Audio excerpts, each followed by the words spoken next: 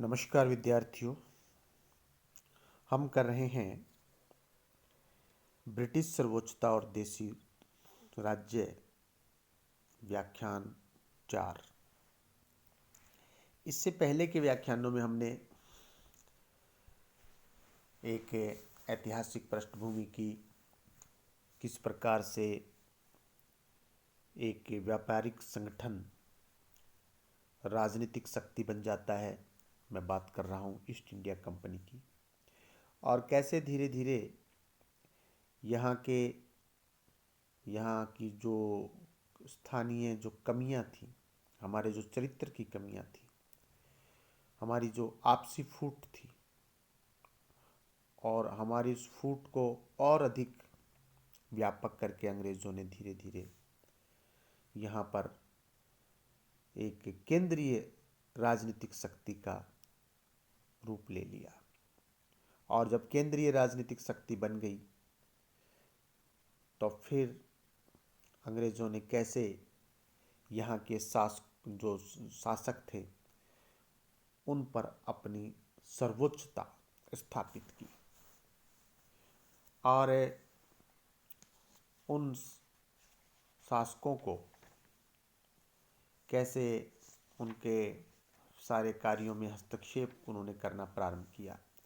Resident के माध्यम से अपनी जो सेना अंग्रेज़ वहाँ रखते थे, जिसका खर्चा वो राजा देता था, उसके माध्यम से कैसे अंग्रेज़ जो है वो इन हमारे यहाँ के शासकों पर हावी हो गए, ये हमने पिछले व्याख्यानों में किया। आज हम प्रारंभ कर रहे हैं चैम्बर ऑफ प्रिंसेस की स्थापना, यानी कि देसी नरेशों के मंडल की स्थापना। देखिए, कुछ जो गवर्नर जनरल्स यहाँ पर आए, जैसे लॉर्ड मिंटो, हॉर्डिंग्स, इन्होंने जो नरेश थे, यहाँ की राजा थे, उनसे संपर्क स्थापित करने की नीति का प्रतिपादन किया। अब नरेशों को बिना ब्रिटिश सरकार की पूर्व अनुमति प्राप्त किए मिलने की छूट थी। इस लाइन का अर्थ समझ रहे होंगे आप कि एक समय ऐसा था कि जब उनको छूट नहीं थी, रेजिडेंट की स्वीकृति से एक दूसरे से मिलने की छूट थी। अब सामूहिक अवसरों पर एक राजा दूसरे राजा के स्वतंत्रता पूर्वक आ जा सकता था और आपस में बातचीत कर सकता था। माउंटफोर्ट ने भी सुझाव दिया था कि नरेशों की कठिनाइयां दूर की जाएं और उन्हें देश के राजनीतिक व आर्थिक मामलों में अधिक भूमिका निभाने का अवसर प्रदान किया जाए।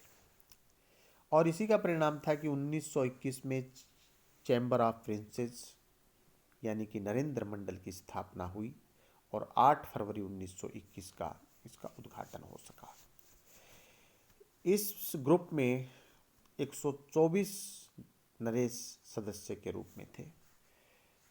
प्रतिनिधियों के चुनाव के लिए रियासतों को 3 श्रेणियों में विभाजित किया गया था। पहला 109 वे रियासतें जो पूर्ण वैधानिक थी और अपना क्षेत्राधिकार रखती थी, उन्हें सीधा प्रतिनिधित्व दिया गया। दूसरा 127 ऐसी रियासतें जिनके वैधानिक और क्षेत्राधिकार सीमित थे, उनको आपस में निर्वाचित कर वहां से 12 सदस्य प्रतिनिधि के रूप में भेजने को कहा गया। और बाकी की जो तीसरी कैटेगरी है, जिसमें 326 रियासतें थी, जिनको जागीरी के क्षेत्र में रखा गया था, वो उनको वहाँ वो जो क्या है, ये जो सामंत जो है, वो वाली जो कैटेगरी थी जिसमें जागीरदार थे, उन 326 रियासतों को उसमें रखा गया। ये जो नरेंद्र मंडल है, इसकी मीटिंग साल में 2 बार होती थी और अध्यक्षता इसकी वायसराय करता था, और यह एक सलाहकार समिति के रूप में जो है वो कार्य करती थी। इसकी नरेंद्र मंडल की स्थापना के साथ ब्रिटिश सरकार ने 2 सिद्धांत स्वीकार कर लिए। देसी नरेश संयुक्त रूप से उन सभी प्रश्नों पर विचार कर सकते थे जिनका प्रभाव उनके राज्य पर पड़ता हो। दूसरा, वे जो देसी नरेश हैं वे ऐसे सभी विषयों पर अपना व्यक्त कर सकते थे जिनका प्रभाव देश पर भी लक्षित होता हो। यानी दो हैं, अपने राज्य पर, दूसरा देश पर। इसके बाद हम बात करते हैं बटलर आयोग। 1906 तक देसी जो नरेश हैं, राज्य हैं, उन पर ब्रिटिश सरकार का प्रभाव निरंतर बढ़ रहा था और वे आंतरिक मामलों में बहुत हस्तक्षेप करते रहे। 20वीं सदी के प्रारंभ से ही देसी नरेश ब्रिटिश सरकार की हस्तक्षेप की जो नीति है उसके प्रति वो असंतोष व्यक्त करने लगे थे। संधियों के अंतर्गत तो ब्रिटिश सरकार का हस्तक्षेप केवल वैदेशिक मामलों तथा कुछ विशेष परिस्थितियों में आंतरिक मामलों में स्वीकार किया गया था। अब शासकों ने सामूहिक रूप से ब्रिटिश सरकार से अपना हस्तक्षेप समाप्त करने को कहा। इसके अलावा देसी नरेश अंग्रेजों की सर्वोच्च सत्ता जो पैरामाउंटेंसी है, सर्वोच्चता का भी विरोध करने लगे थे। प्रथम विश्व युद्ध की समाप्ति पर उन्होंने अपनी प्रशासनिक स्वतंत्रता की भी मांग की, परंतु ब्रिटिश सरकार को शासकों की यह मांग पसंद नहीं आई। अपनी सर्वोच्च सत्ता की छाप पुनः लगाते हुए 1926 में लॉर्ड इरविन ने, गवर्नर जनरल ने, निजाम को जो पत्र लिखा उसमें लिखा, भारत में ब्रिटिश सत्ता सर्वोच्च थी और किसी भी देसी नरेश को समानता का दावा नहीं करना चाहिए।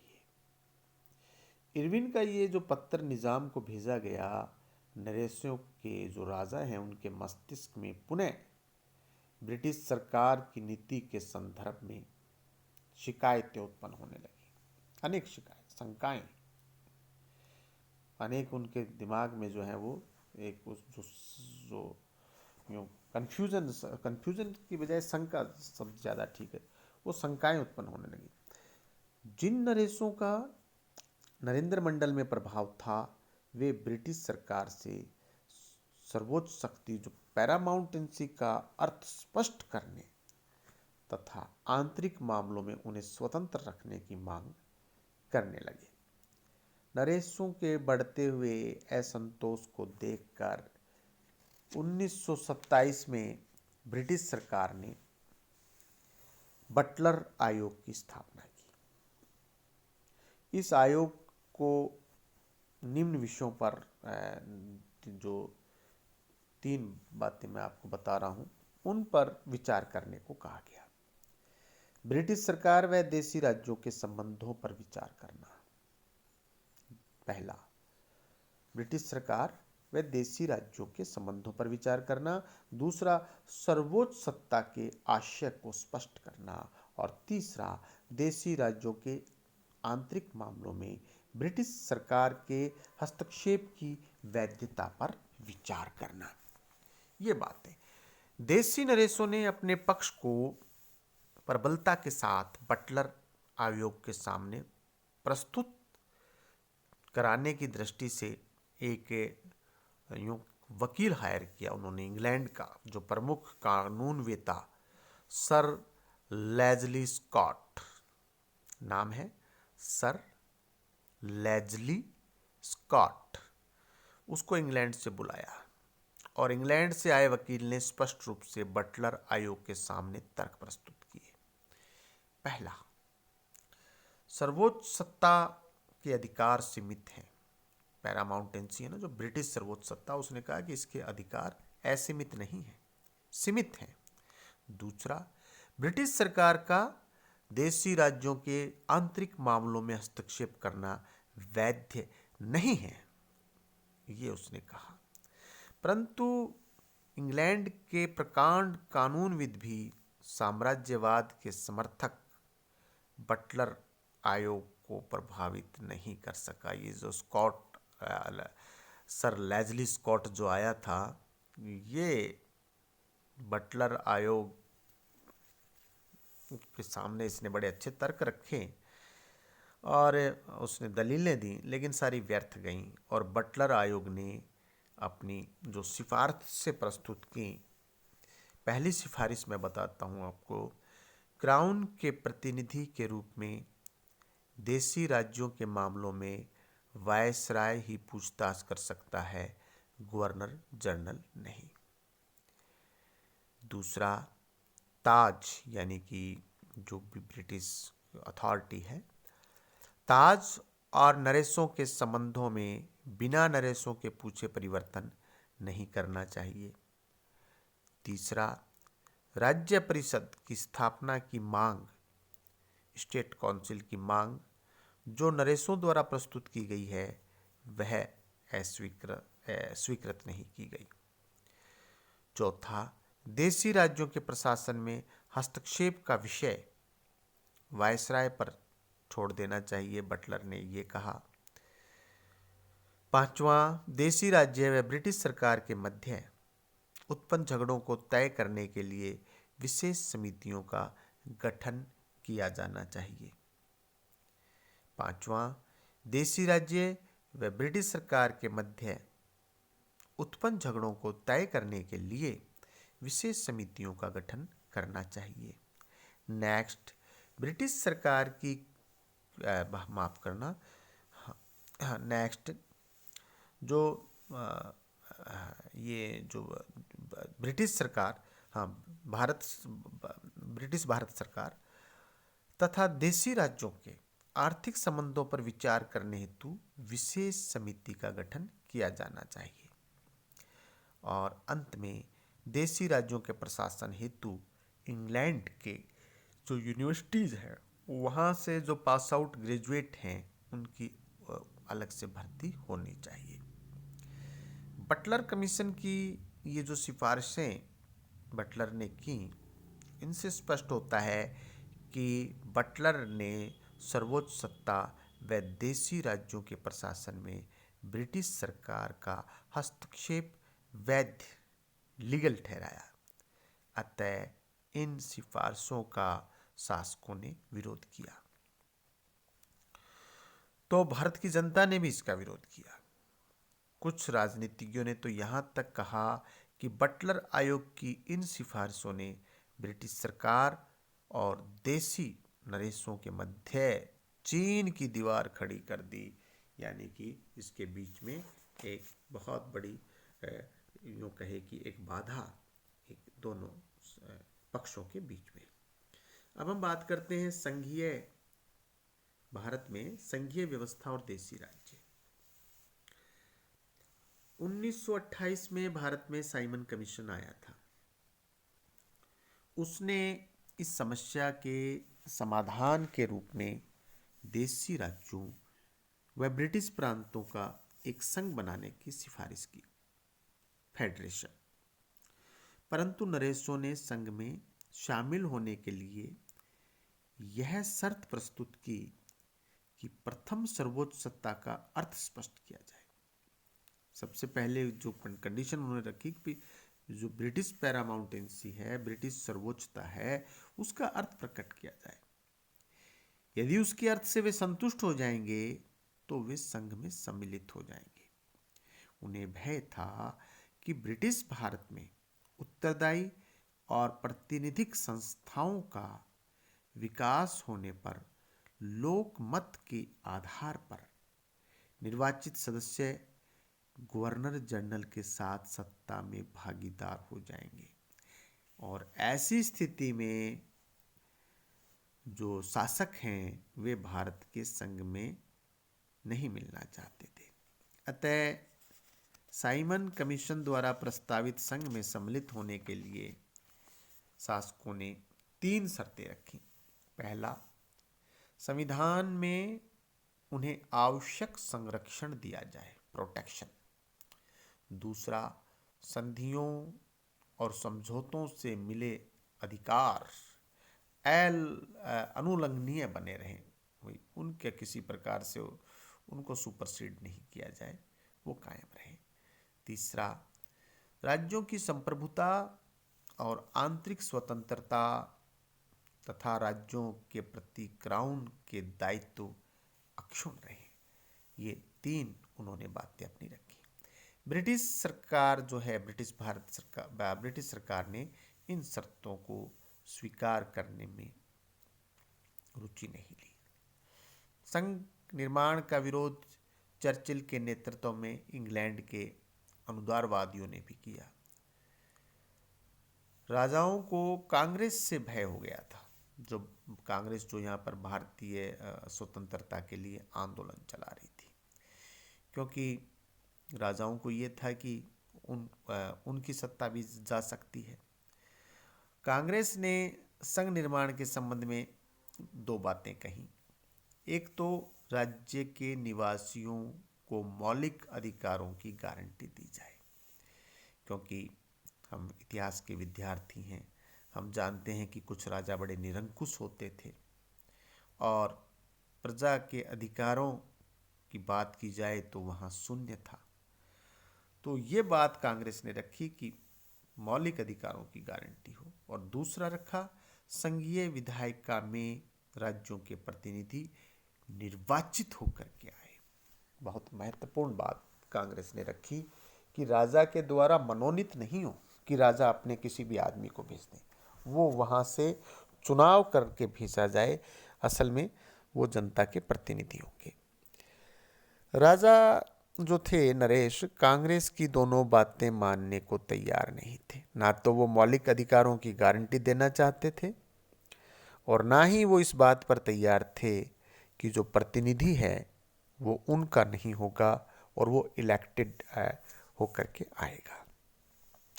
उधर सरकार द्वारा शासकों को जो व्हाइट पेपर, श्वेत पत्र भेजा गया, उसकी कांग्रेस अध्यक्ष राजेंद्र बाबू ने कड़ी आलोचना की। नरेशों के विरोध के कारण ये जो संघ है अस्तित्व में नहीं आया। अब बात करते हैं लंदन में जो गोलमेज सम्मेलन हुए, गोल राउंड टेबल्स जो टॉक हुआ, और देशी राज्य। लॉर्ड इरविन के प्रयासों व साइमन आयोग की सिफारिशों पर लंदन में 3 गोलमेज सम्मेलन हुए, जिसको कहते हैं राउंड टेबल कॉन्फ्रेंस। तीनों हुए 1930, 1931, 1932। ये 3 सम्मेलन हुए। इन सम्मेलनों में देशी नरेशों के प्रतिनिधि हमारे जो बीकानेर के महाराजा हैं गंगा सिंह जी, जिनके नाम पर हमारी यूनिवर्सिटी है, महाराजा गंगा सिंह विश्वविद्यालय MGSU, गंगा सिंह जी ने भाग लिया था। इन सम्मेलनों में इस प्रस्ताव पर विचार किया गया कि क्या भारत में संघीय शासन लागू किया जाए। इस प्रस्ताव का सभी पक्षों से समर्थन मिला। जब देशी नरेशों से इस संदर्भ में पूछा गया तो उन्होंने भी भारतीय संघ में सम्मिलित होने की इच्छा व्यक्त की, परंतु वे अपने राज्यों का स्वतंत्र अस्तित्व रखना चाहते थे।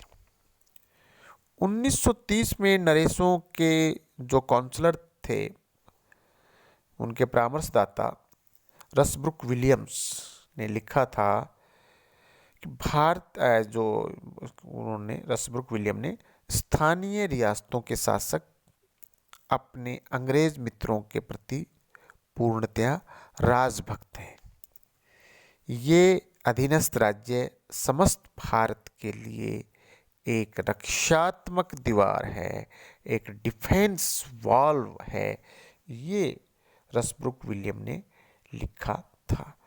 तो ये जो गोलमेज जो सम्मेलन हुआ, उस सम्मेलन में गंगा सिंह जी ने भाग लिया और उन गंगा सिंह जी ने कहा, एक अपने नरेंद्र मंडल के प्रतिनिधित्व के रूप में भी हम संघ में सम्मिलित हो जाएंगे, लेकिन हमें जो है हमारा जो राज्य है उसका स्वतंत्र अस्तित्व वहाँ कायम रहना चाहिए। अब हम बात करते हैं 1935 का जो एक्ट है और देसी राज्य है, 1935 का सुधार कानून पारित कर ब्रिटिश सरकार ने भारत में संघीय शासन की स्थापना की इच्छा जाहिर की। केंद्र में 2 सदनों के गठन की व्यवस्था रखी गई। इनमें देश के निर्वाचित सदस्यों द्वारा देश का शासन संचालित करने की बात कही गई। देशी राज्यों को भी अपने प्रतिनिधि भेजने का उसमें प्रावधान था, परंतु देशी राज्यों के प्रतिनिधि निर्वाचित न होकर, यानी कि इलेक्शन के द्वारा नहीं, निर्वाचित न होकर उन शासकों द्वारा नॉमिनेटेड यानी कि मनोनीत होकर आने थे। इससे स्पष्ट है कि इस योजना के अंतर्गत ब्रिटिश सरकार ने देशी नरेशों को तुष्ट करके उन्हें देश की स्वतंत्रता से अलग रखने का प्रयास किया, परंतु यह योजना इम्प्लीमेंट नहीं हो सकी और कागजों पर ही रही। अब हम बात करते हैं कि ब्रिटिश सर्वोच्चता की समाप्ति। देखिए, 1935 के उपरांत भारत और विश्व में अनेक घटनाएं घटित हुई। 1939 में द्वितीय विश्व युद्ध प्रारंभ हो गया था। इस युद्ध में कांग्रेस ने ब्रिटिश सरकार की किसी भी प्रकार की सहायता देने से इनकार कर दिया। इंग्लैंड का जो प्रधानमंत्री था चर्चिल ने कांग्रेस को समझाने के लिए 1942 में क्रिप्स मिशन भेजा। उसने भी देशी राज्यों के संदर्भ में प्रस्ताव प्रस्तुत किए, परंतु ब्रिटिश सरकार ने इन देशी राज्यों को अपने प्रभाव में बनाए रखने की दृष्टि से एक नवीन धारणा का प्रतिपादन किया। वह धारणा थी कि संघीय सरकार में हर एक का मिलना आवश्यक नहीं है। संघीय सरकार में सभी राज्य मिले, इसका मिलना इसका कोई आवश्यक नहीं है। परंतु 1945 में इंग्लैंड का प्रधानमंत्री बन गया एटली, मिस्टर एटली। तो उसने भारत को स्वतंत्रता देने में शीघ्रता दिखाई। 1946 में उसने भारत में कैबिनेट मिशन भेजा। मिशन ने भारत आकर उसके भावी संविधान के संदर्भ में सभी पक्षों से बातचीत की। उस समय देशी नरेशों के मंडल का जो अध्यक्ष है वो भोपाल का नवाब था। उसने नरेशों को अधिक प्रभुसत्तात्मक अधिकारों की मांग करके कैबिनेट मिशन के कार्य में विघ्न उत्पन्न करने का प्रयास किया। कैबिनेट मिशन ने नरेशों को स्पष्ट कर दिया कि देश के स्वतंत्र होते ही ब्रिटिश सरकार व नरेशों के पुराने संबंध स्वतः समाप्त हो जाएंगे। वे सर्वोच्चता के सिद्धांत से मुक्त हो जाएंगे। इसके साथ ही कैबिनेट मिशन ने नरेशों को संघीय सरकार में मिलने की सलाह दी और नवीन संविधान के निर्माण में अपने प्रतिनिधि भेजने को कहा। देशी राज्यों को 93 यानी 93 प्रतिनिधि भेजने का निर्णय लिया गया और विद्यार्थियों ये सब एक्सरसाइज हो रही और समय आगे बढ़ा। 15 अगस्त 1947 को भारत आज़ाद हो गया और भारत जैसे ही आज़ाद हुआ, देशी राज्यों पर थोपा गया सर्वोच्चता का सिद्धांत भी स्वतः समाप्त हो गया। ब्रिटिश सरकार के साथ की गई सब संधियां समाप्त हो गई। ब्रिटिश सरकार ने इसकी भी स्वतंत्रता दे दी शासकों को कि वे चाहे तो भारत में मिलें, चाहे पाकिस्तान में मिलें और चाहे तो वे स्वतंत्र रह सकते हैं। और उस समय 15 आज़ादी के समय 562 रियासतें थीं जिनकी जनसंख्या कुल 7 करोड़ के लगभग थी और क्षेत्रफल लगभग 6 लाख वर्ग मील था। वे एक स्थान पर न होकर बिखरी हुई अवस्था में थी, अतः उनको किसी भी संघ में सम्मिलित होने की स्वतंत्रता प्रदान करके ब्रिटिश सरकार ने भारत की राष्ट्रीय सरकार के सामने एक बड़ी समस्या उत्पन्न कर दी। हैदराबाद, कश्मीर अपना स्वतंत्र अस्तित्व रखने का दावा पेश करने लगे। भोपाल, रामपुर, टोंक, जूनागढ़, जोधपुर ने पाकिस्तान से मिलने का संकल्प व्यक्त किया, परंतु भारत का भाग्य अच्छा था कि गृह मंत्री पद पर एक बड़ा स्पष्ट विजन और दृढ़ संकल्प के व्यक्ति सरदार वल्लभ भाई पटेल थे और उनके सचिव श्री वीपी मेनन, इन दोनों ने बहुत परिश्रम किया और यूँ कि एक राज्य विभाग स्टेट डिपार्टमेंट की स्थापना की और फिर उसके माध्यम से भारत में विलय का कार्य जो है हुआ। तो ये जो देशी रियासतों का अस्तित्व एक तो यूँ देखा जाए तो 1947 से पूर्व ही समाप्त हो गया था, क्योंकि ब्रिटिश पैरामाउंटेंसी और विनाश की उनकी नीति जो है वो अंग्रेजों के समय ही हो गया था। सर्वपल्ली गोपाल लिखते हैं कि देशी राज्यों के प्रति ब्रिटिश सरकार द्वारा अपनाई गई नीति दोषपूर्ण थी। उनके अनुसार यह एक ऐसी नीति थी जिसमें कोई संभावना नहीं थी, जो कि देशी नरेशों को राष्ट्रीय सरकार से विलग रखती। वह गलत अनुमान, गलत मान्यता पर आधारित दृष्टिहीन नीति थी। मरणासन रियासती व्यवस्था जिसकी वास्तविक सत्ता छीन चुकी हो, राष्ट्रवाद और लोकतंत्र के बढ़ते तूफान को रोकने में पूर्णतया अक्षम थी।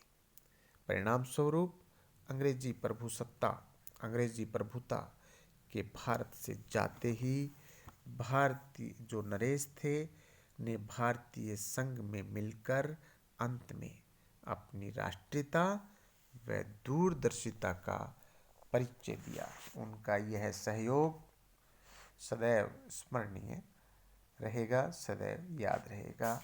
बहुत बहुत धन्यवाद।